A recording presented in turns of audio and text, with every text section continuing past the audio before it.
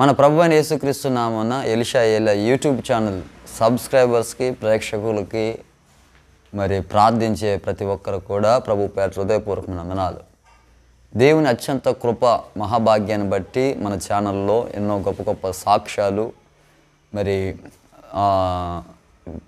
చాలామందికి ఆశీర్వాదకరంగా ఉన్నాయని ఆశిస్తున్నాం. అదేవిధంగా ఇంకెన్నో శ్రేష్టమైనటువంటి సాక్ష్యాలు మీ ముందుకు తేవాలని, మరి దేవుని యొక్క శక్తిని ప్రభావాన్ని ప్రతి ఒక్కరు కళ్ళారా చూడాలని మరి ఈ యొక్క ఛానల్ యొక్క ఉద్దేశమై ఉన్నది. ఈ క్రమంలో మరి మొన్న గుడారాల పండుగ జరిగినప్పుడు ఆ గుడారాల పండుగలో ఒక 3 వీడియోలు తీయడము అవి అప్లోడ్ చేయడం జరిగింది. మొదటిది యేసన్న గారు ప్రార్థన చేసినటువంటి ప్రార్థన గది, రెండవది యేసన్న గారు మరి కట్టినటువంటి మందిరం, మొదటి మందిరం, లేమలలో ఉన్న మొదటి మందిరం, మూడవది యేసన్న గారి యొక్క సమాధి. అయితే ఈ వీడియోలు మేము షార్ట్స్లో అప్లోడ్ చేసాం. అప్లోడ్ చేసినప్పుడు చాలామంది కామెంట్స్ పెడుతూ ఉన్నారు. ఆ కామెంట్స్లో ఏమని పెడుతున్నారంటే, మరి యేసన్న గారు చనిపోయారు, గొప్ప సేవ చేశారు, కానీ మీరు దాన్ని విగ్రహారాధన చేస్తున్నారు, దాన్ని మరి భయంకరంగా మారుస్తున్నారు అని చెప్తూ కామెంట్ చేస్తున్నారు. అయితే ఆ వీడియోలో మొదటిది ప్రార్థన గదిలో మరి మా అమ్మగారు, మా తమ్ముడు, మా నాన్నగారు వాళ్ళు ముగ్గురు మోకాళ్ళలోంచి ప్రార్థన చేసినట్టుగా ఆ వీడియో ఉన్నది. అయితే నేను వారిని అడగడం జరిగింది. మొదట మా నాన్న ఏమని అడిగానంటే, మీరెందుకు ఆడికి పోయి ప్రార్థన చేసుకుంటూ వీడియో తీశారని అడిగితే మా నాన్న ఒక సమాధానం చెప్పారు. మీరు వీడియో తీసే సంగతి నాకు తెలియదు, కానీ నేను మాత్రం ఒక ప్రార్థన చేస్తున్నా, ప్రభువా ఈ సేవకుడు ఇంత గొప్ప పరిచర్య చేసిండు, అయా ఈ సేవకుడి యొక్క ఈ స్థలం నుండి చేయబడిన ప్రార్థన ఎంతగానో మరి ఫలించి ఎన్నో ఆత్మలకు రక్షణార్థంగా మారింది. ఈ స్థలంలో నేను ప్రార్థన చేస్తున్నా, అయా అందులో కొంత భాగమైన మరి అటువంటి ఆత్మను నాకు దయచేయండి అని చెప్పి అక్కడ ప్రార్థన చేసిన చెప్పడం జరిగింది. సరే, నాన్నగారి ఉద్దేశం ఏదైనప్పటికీ, వారి ఉద్దేశం ఏదైనప్పటికీ, అది ఒకవేళ మిమ్మల్ని అభ్యంతరపరచడం కానీ దేవుని నామానికి కానీ అవమానకరంగా ఉన్నట్లయితే దయచేసి ఆ విషయమై మరి క్షమించమని మనసారా మిమ్మల్ని అందరినీ కోరుకుంటున్నాను.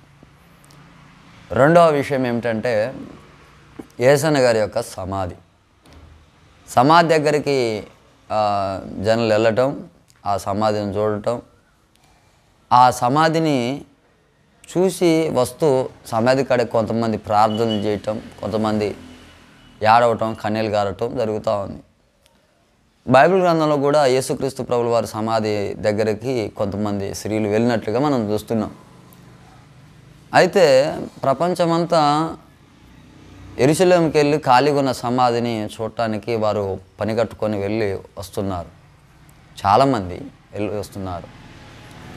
అయితే యేసన్న గారి సమాధిని చూడటానికి వెళ్ళాలన్నా, సమాధి దగ్గరికి వెళ్ళాలన్నా అంత అవసరం ఉందా అని అంటే, మరి సమాధి దగ్గరికి వెళ్ళినప్పుడు ఒక విషయం మనకి జ్ఞాపకం వస్తుంది.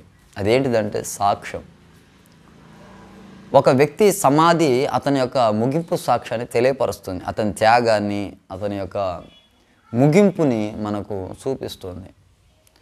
మరి పితరుల సమాధులు పాడైపోయినాయి అని చెప్పి నెహెమ్యా వాటి విషయమై మరి మొరపెట్టినట్టుగా మనం చూడవచ్చు. పితరుల సమాధి ముఖ్యమా? సమాధి దగ్గర పోయి ప్రార్థన చేయటం ముఖ్యమా? సమాధిని ఆరాధించటం ముఖ్యమా అంటే, సమాధి ఒక సాక్ష్యాన్ని మాత్రం చూపిస్తుంది తప్ప సమాధి దగ్గర పోయి ప్రార్థన చేయాలని కానీ, సమాధి దగ్గర పోయి మొక్కాలని కానీ, సమాధి దగ్గర పోయి పూజించాలని కానీ నేను చెప్పట్లేదు. క్రైస్తవుని యొక్క సమాధి క్రైస్తవుని యొక్క మంచి సాక్ష్యాన్ని చూపించడానికి ఆ ముగింపు, ఆ సమాధి అంత మాత్రమే. అంతేకాని ఆ సమాధిలో ఏమీ లేదు, సమాధి దగ్గర కూడా ఏమీ లేదు. ఆ ఒక వ్యక్తి యొక్క సాక్ష్యం కోసం మాత్రం వెళ్తున్నారు. ఆ క్రమంలోనే మనల్ని అలా వెళ్ళడం జరిగింది. ఆ సాక్ష్యాన్ని చూపించడానికి, అది చూపించబట్టే కదా చాలామంది కూడా ఇంత గొప్ప సాక్షిగా బతికిండా, ఇంత గొప్ప సాక్షిగా బతికిండా అని ప్రతి ఒక్కరు కూడా తెలుసుకుంటున్నారు. అందులో కొంతమంది ఎవరికైనా ఆ సమాధిని చూసి మేము కూడా ఇటువంటి ముగింపు సాక్ష్యాన్ని కలిగి ఉండాలని ఒక ఆశ ఎవరికైనా కలుగుతుందేమనే ఉద్దేశంతో ఆ వీడియో పెట్టడం జరిగింది. ఇకపోతే లేమలలో ఉన్నటువంటి మందిరం. ఈ మందిరం దగ్గర పోతుంటే దాన్ని విగ్రహారాధన చేస్తున్నారు, దాన్ని ఎట్లా చేస్తున్నారు కామెంట్ చేస్తున్నారు. లేమలలో ఉన్నటువంటి మందిరం గురించి ఎందుకు ప్రస్తావన వచ్చిందంటే, అంతకంటే గొప్పది పెద్దది గోరంట్ల మందిరం ఉంది, రాజమండ్రి మందిరం ఉంది, విజయవాడలో మందిరం ఉంది, చాలా చోట్ల ఉన్నాయి మందిరాలు. కానీ లేమల్ల మందిరం ఎందుకనంటే యేసన్న గారు మొదటి మందిరం అడగట్టారని, మొదటిగా ప్రారంభించబడిన మందిరానికి ఎంతో కష్టం ఉందని, దాన్ని బట్టి సేవ చేసే ప్రతి ఒక్కరు కూడా కుంగిపోకోకుండా ప్రారంభించబడిన మందిరమే ఎంతుంటే తర్వాత జరగబోయే అభివృద్ధి మహా విస్తారంగా విస్తరిస్తుందని యేసన్న గారు ఒక చిన్న మందిరం నుంచే ప్రారంభించారనే విషయాన్ని తెలియపరచడానికి ఆ వీడియో తీయడం జరిగింది. ఓవరాల్గా మనం నేర్చుకోవాల్సిన పాఠం ఏంటంటే, మీకు నేను చెప్పాలనుకున్న మాట ఏమిటంటే, ఈ యొక్క 3 విషయాలు మీ ముందుకు తేవటానికి ముఖ్య కారణం, దానివల్ల మంచిని మీరు గ్రహిస్తారని కానీ దాన్ని తప్పుగా అర్థం చేసుకొని విగ్రహారాధన చేస్తున్నారు, లేకపోతే దాన్ని ఆగమాగం చేస్తున్నారు. ఆయన మంచి సాక్ష్యం చేసి చెప్పారు, మంచి సాక్ష్యం జీవించారు. అవును, కాదని ఎవ్వరు అనట్లేదు. ఒకవేళ దాన్ని మనం వేరొక విధంగా ఆలోచన చేసి తెలియని వారు ఎవరిని ఉంటే తెలుసుకొని ఆయన మంచి సాక్ష్యం కలిగి జీవించారు, ఆయన సమాధి దాన్ని ఆరాధించుకోకుండా అటువంటి సాక్ష్యం మనం కూడా కలిగి ఉండాలి అని ఒక ఆలోచన కలిగి ఉండి బహుశా అటువంటి ఆలోచనతో ఎవరో ఒకరు ఒక తీర్మానంకి వస్తారని ఒక ఉద్దేశంతో అది పెట్టడం జరిగింది. ఒకవేళ ఇందులో కూడా పొరపాటు ఉంటే దయచేసి మిమ్మల్ని క్షమించండి, అంతే. కానీ మీరేం పొరపాటు పడకండి, కంగారు పడకండి.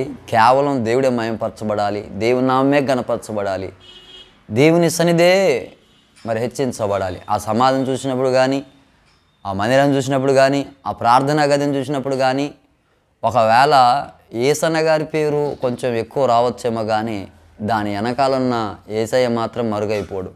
ఎందుకనంటే యేసుక్రీస్తు ప్రభుల వారు లేనిది యేసన్న గారు లేడు. యేసన్న గారిని అంత గొప్పగా జీవింపచేసినటువంటి దేవుడు యేసుక్రీస్తు ప్రభుల వారు. కాబట్టి మన సబ్స్క్రైబర్స్ అందరూ కూడా మరి మీరు ఆలోచించండి. ఇందు విషయమై మీరు తప్పకుండా మరి ఏదైనా మీకు ఇబ్బంది కలుగుంటే మమ్మల్ని దయతో మన్నించమని, మరి తప్పుగా అర్థం చేసుకోవద్దని, కేవలం మంచి ఉద్దేశంతో మేము దాన్ని అప్లోడ్ చేసామని మీకు తెలియపరుస్తూ, దేవుని చిత్తమై ఇంకా శ్రేష్టమైన విషయాలు మీ ముందుకు తేవాలని ఆశిస్తూ, దేవుని సేవలో మరి మీ సహోదరుడు పాస్టర్ ఎలీషా గారు, దేవుని నామానికి మహిమ కలుగును గాక.